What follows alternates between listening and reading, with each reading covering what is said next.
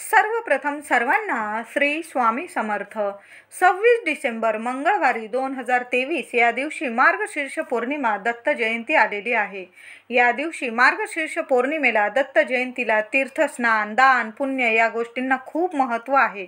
मार्गशीर्ष पौर्णिमेला म्हणजे दत्त जयंतीला सूर्योदयापूर्वी स्नान करावे. या दिवशी उशिरापर्यंत झोपणे टाळावे. असं म्हणतात, जी व्यक्ती दत्त जयंतीला पौर्णिमेला सूर्योदयापूर्वी स्नान, जप, तप, दान, पुण्य करते त्या व्यक्तीस सुखाची आणि मृत्यूनंतर वैकुंठाची प्राप्ती होते. म्हणून या दिवशी घरातील प्रत्येक व्यक्तीने लवकर उठा आणि आंघोळ करायची आहे. आंघोळीच्या पाण्यात संगमाचे पाणी टाकायचे आहे. आता तुम्ही म्हणाल, संगमाचे पाणी म्हणजे आपण गाणगापुराला जातो. गाणगापुरात जी नदी आहे त्याला संगम स्नान म्हणतात. आपण त्या नदीत स्नान करतो त्याला संगमाचे स्नान म्हणतात.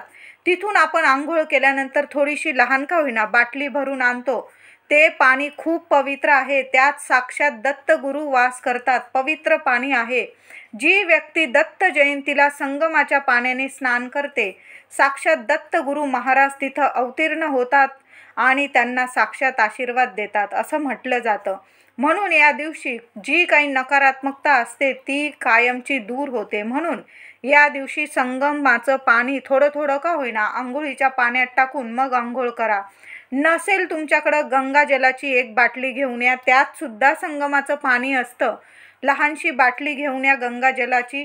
पूजा भंडाराच्या दुकानातून मिळून जाईल तुम्हाला. लहानशी बाटली घेऊन या. प्रत्येकाच्या आंघोळीच्या, अगदी लहान लेकरं असतील त्यांच्यासुद्धा आंघोळीच्या पाण्यात थोडंसं गंगाजल टाकून, थोडीशी चिमूटभर हळद आणि थोडीशी पांढरी तीळ असं 3 वस्तू टाकून, ह्या 3 गोष्टी टाकून या दिवशी आंघोळ करायची आहे.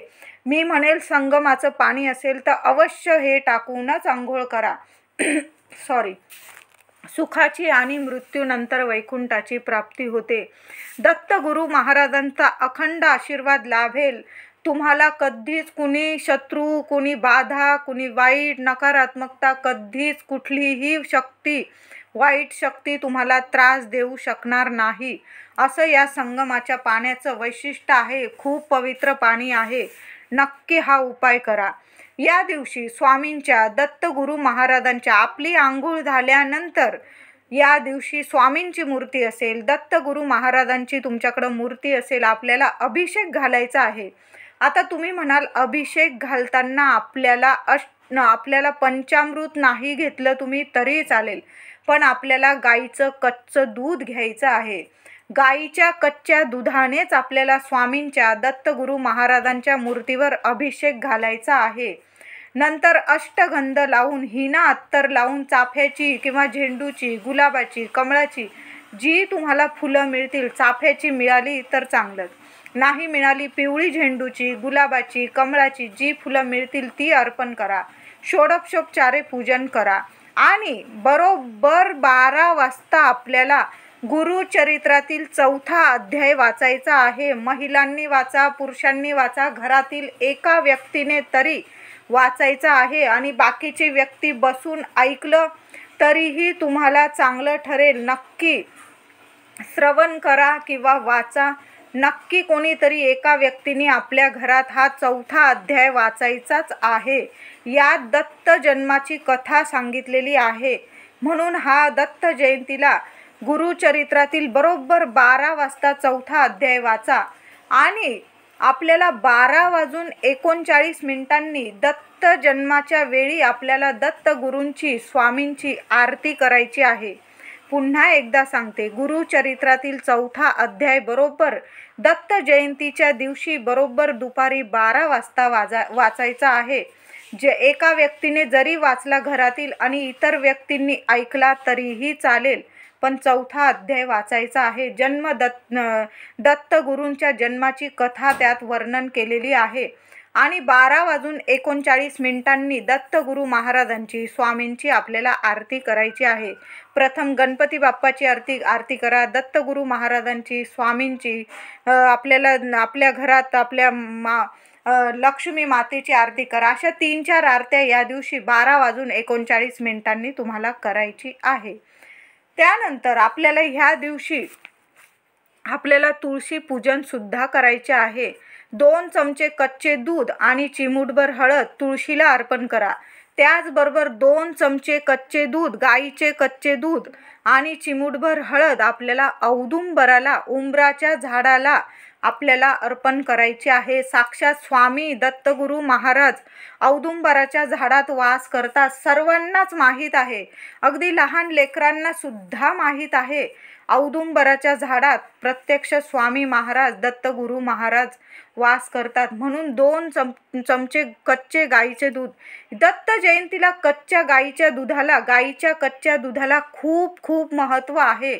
आपण जे स्वामींना अभिषेक घालू त्यात सुद्धा कच्चं दूध वापरा. तुळशी मातेची पूजन करू त्यात सुद्धा 2 चमचे कच्चं दूध वापरा.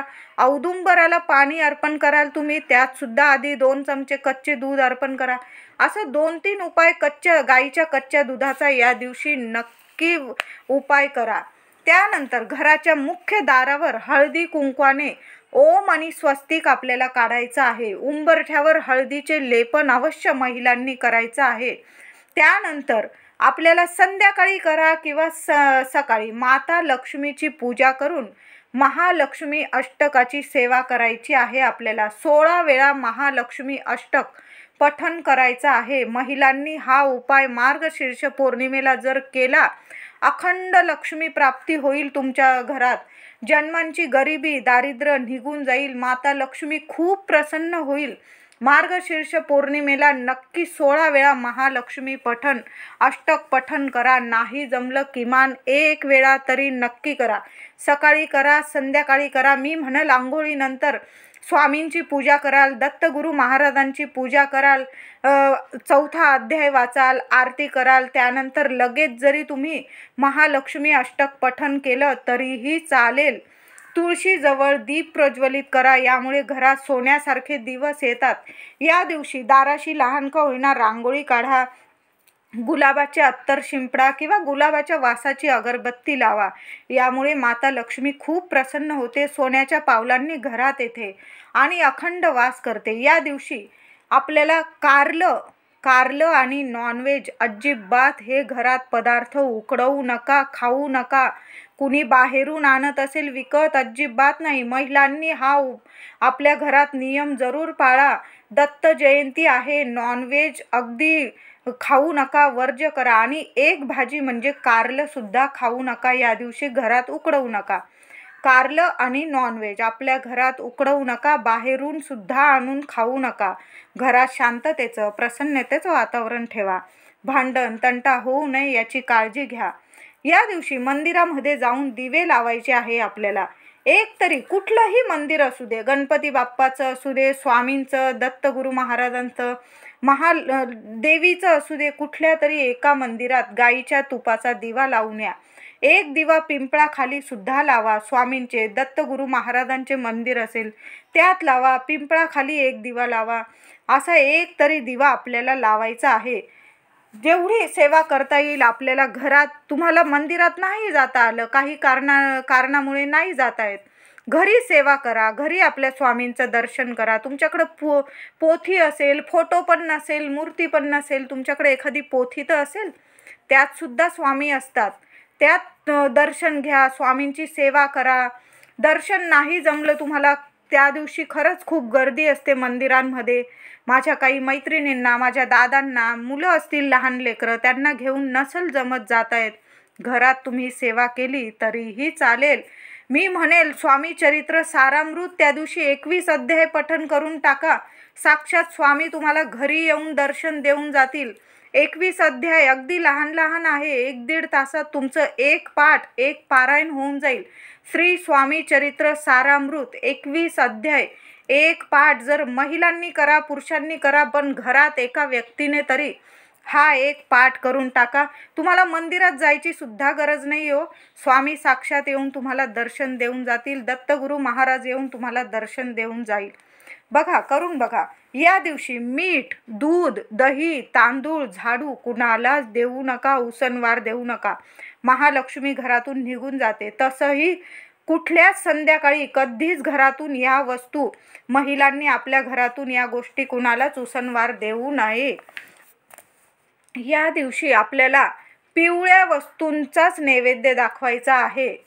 तर या दिवशी आपल्याला पुरणपोळी, खीरीत सुद्धा तुम्ही थोडी केशर टाकली तरी चालेल, बेसनाचे लाडू, बुंदीचे लाडू या पिवळ्या वस्तूंचा नैवेद्य आपल्याला दाखवायचा आहे। आणि नैवेद्यात एक भाजी म्हणजे घेवड्याची भाजी स्वयंपाकात महिलांनी अवश्य बनवून त्याचा नैवेद्य दाखवून घरातील मंडळींनी प्रसाद घ्यायचा आहे। सगळ्यांनी आनंदाने जेवण करा। आधी स्वामींना, दत्तगुरू महाराजांना नैवेद्य दाखवा। गोडाचा एक जरी पदार्थ असेल, पुरणपोळी असो, बेसनाचे लाडू, बुंदीचे लाडू, एक तरी काहीतरी गोड ठेवा आणि घेवड्याची भाजी, साधा वरण भात तूप टाकून हा नैवेद्य दाखवला, पोळी भाकरी काहीही चालेल, पण घेवड्याची भाजी आणि पुरणपोळी, बेसनाचे लाडू, बुंदीचे लाडू, काहीतरी जिलेबी जे असेल तुमच्या घरात गोड त्याचा एक नैवेद्य दाखवा। या दिवशी केळीचे दान अवश्य करा, गूळ फुटाणे दान करा। केळी आपल्याला मिळतात बाजारात, केळीचे दान करा किंवा गूळ फुटाणे, तुम्हाला पिवळ्या वस्तूचं दान करायचं आहे। तुम्ही मंदिरात गेला, मंदिराबाहेर गरीब लोक बसलेले असतील, लहान लेकरं असतील, त्यांना डझनभर केळी घेऊन द्या ना, त्यांचं पोट भरेल, माता लक्ष्मी तर प्रसन्न होईल, स्वामींचा सुद्धा भरभरून आशीर्वाद मिळेल। या दिवशी घरात आनंदाने जेवण करा। आधी देवांना नैवेद्य दाखवा आणि आनंदाने जेवण करा। त्याचबरोबर रात्री 12 वाजता चंद्राकडे टक लावून बघा आणि गायत्री मंत्र आपल्याला 12 वेळा पठण करायचा आहे। आणि 12 वेळा गायत्री मंत्र पठण करून मनातल्या मनात पठण केला तरी चालेल आणि लगेच झोपी जा। कुणाशीच बोलू नका, अगदी कोणीच नाही, नवरा बायको हा उपाय करत असतील तरी एकमेकांशी बोलू नका, लगेच झोपी जा। लक्ष्मी प्राप्तीसाठी हा खूप खूप खूप प्रभावी उपाय आहे, नक्की करून बघा। या दिवशी दीपदानाला खूप महत्त्व आहे। देवघरात, मुख्य दारात, खिडकीत, तुळशीजवळ, गॅसजवळ, माठाजवळ, गोशाळेत, मंदिरात, पिंपळाच्या झाडाखाली, आवळ्याच्या झाडाखाली, बेलाच्या झाडाजवळ असे दीपदान, तुम्हाला जेवढं दीपदान जमेल, आपलं घरसुद्धा आपल्यासाठी मंदिरच असतं हो महिलांसाठी। त्या मुख्य दाराशी, देवघरात, तुळशीजवळ, असं जरी माठाजवळ आपल्या घरात जरी तुम्ही दीपदान केलं तरीही चालेल।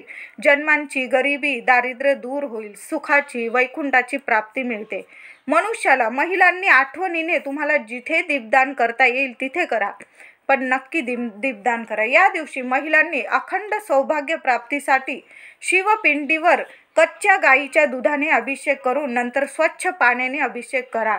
चंदन, बेल, फूल वाहून माता पार्वतीला सुद्धा 7 शृंगाराच्या वस्तू अर्पण करा। देवळात सुद्धा एक दीप लावून मग घरी या, अखंड सौभाग्य प्राप्त होते। घरावर कधीच संकट येणार नाही, लक्ष्मीची प्राप्ती होते, घर सुख ऐश्वर्य धनधान्याने भरते। त्यानंतर आपल्याला संध्याकाळी गाईची शेणी घ्यायची आहे। गाईची शेणी तुम्ही जाळून घ्या, थोडीशी गॅसवर वगैरे किंवा एखाद्या भांड्यात जाळून घ्या, त्यावर कापूर जाळून त्यावर थोडीशी पिवळी मोहरी जाळायची आहे। बाकी यात काहीच जाळू नका। कोणी सांगितलं लवंगा जाळा, मिरी जाळा, नाही। दत्त जयंतीला थोडीशी चिमूटभर मोहरी तुम्ही कापरावर जाळून हा कापूर संपूर्ण घरात धूप फिरवा। संध्याकाळी सुगंधित 7 अगरबत्त्या घरात लावून द्या, प्रत्येक ठिकाणी, प्रत्येक रूममध्ये लावून द्या घरात। आणि ह्या उपायाने दत्तगुरू महाराजांची, स्वामी महाराजांची कायम कृपा राहील तुमच्यावर। फक्त गाईची शेणी जाळा, त्यावर कापूर जाळा, पिवळी मोहरी त्या कापरावर जाळायची आहे, बाकी काही नका जाळू। संपूर्ण धूप घरात फिरवा आणि धूप फिरवल्यानंतर 7 अगरबत्त्या आपल्या घरात लावून द्या। दत्तगुरू महाराजांची कायम तुमच्यावर कृपा राहील। स्वामी महाराज खूप प्रसन्न होतील, भरभरून देतील। नक्की हे उपाय करा, जे आवडतील उपाय ते करा। स्वामी चरित्र सारामृताचं एक तरी पारायण अवश्य या दिवशी। आपण खूप वेळ स्वतःसाठी देतो, इतरांसाठी देतो, स्वामींसाठी सुद्धा 1-1.5 तास ह्या दत्त जयंतीला नक्की काढा। तुम्हाला आवडला असेल व्हिडिओ, लाईक करा, शेअर करा, चॅनलला कृपया सबस्क्राईब करा। धन्यवाद।